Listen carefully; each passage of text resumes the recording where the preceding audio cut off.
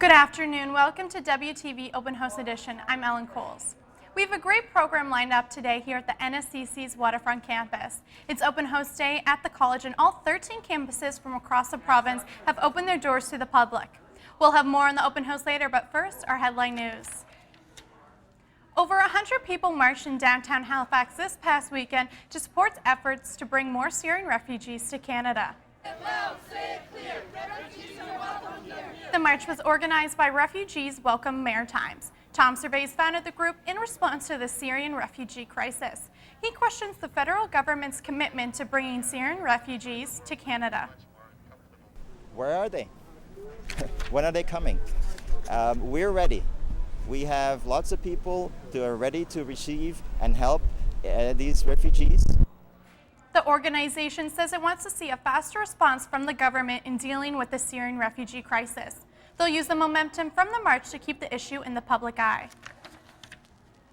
Young Nova Scotians are volunteering more and donating to charities less. These are just two of the findings in the newly released Social Sector Vital Signs report, examining the state of charities, social enterprises, and nonprofits in Nova Scotia.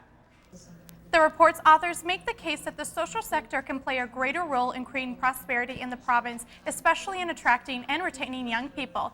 Engage Nova Scotia was one of the organizations profiled in the report, and they hope that it will help bolster public support. It's absolutely vital that all Nova Scotians come together around the ideas that are contained in this and not just see ourselves as being from the private sector or from government sector. It is all of us as one Nova Scotia, and this really makes the point quite plainly. The full report can be found at novascotiasvitalsigns.ca. We often take for granted having food on our table and a roof over our head, but some people aren't as fortunate. I stopped by Souls Harbor Rescue Mission this Thanksgiving to see what they're doing to help. Souls Harbor Rescue Mission is a local drop-in center for the homeless and low-income families. The organization is currently undergoing kitchen renovations. Last year, it won $100,000 from Aviva's Community Fund, but that didn't stop them from hosting their 4th annual Thanksgiving feast. Michelle Porter is the executive director for Souls Harbor. She says Thanksgiving gives people the chance to reflect on their blessings. For those that maybe aren't as blessed as you and I are, a chance to come together in a spirit of celebration and community. And that was important. I think it's less important than the food that is served. The traditional turkey meal was turned into an indoor picnic due to the renovations. On the menu were sausages, beans, salads, and pumpkin pie. Porter says they're expecting to feed 350 people. Deb Gesso joined Souls Harbor for Thanksgiving.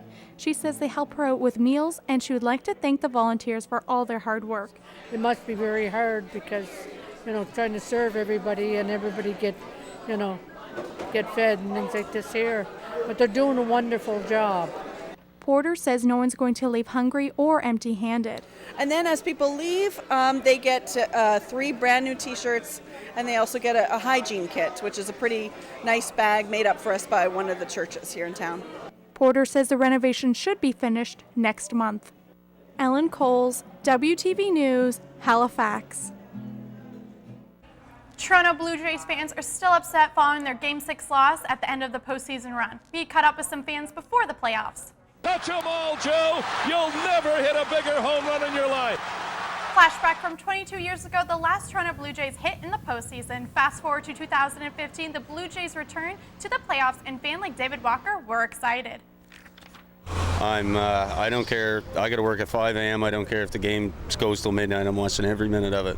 The Jays fans had to endure years without a sniff of the playoffs until September 25th when they ended their drought. But this had some calling out bandwagon fans. It's crazy. Half people who don't even know anything about baseball all of a sudden are diehard Jays fans. If they make it to the World Series, there might be a sick day or two. Many Rogers employees and several Canadian Tire stores were given half days to be able to watch the afternoon games.